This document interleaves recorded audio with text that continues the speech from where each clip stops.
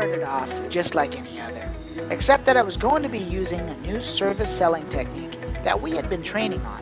It was a version of written recommendations for the customer that we had found during our initial inspection. Grabbing my tools, I walked up the stairs and knocked on the door. Once the customer opened the door, I proceeded to tell him who I was and all about our company and my experience.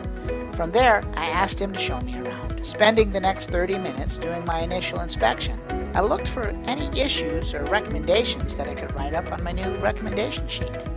Then I went back to my truck to write up the findings. I proceeded to write up the findings as we had been instructed by listing all of the customer's so-called needs and totaling them up in one giant price at the end. I asked the customer for a glass of water just to help break the ice before showing them my findings.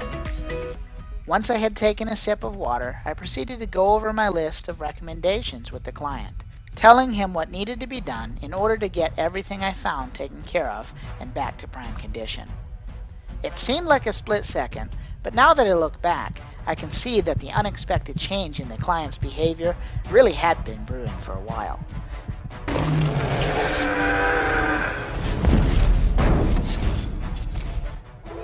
Upon recovering from my shock of fearing for my life, I was thankfully able to retrieve my tools from the client. I jumped into my service van and hightailed it out of Dodge, confused and concerned that this new way of selling just might not be for me.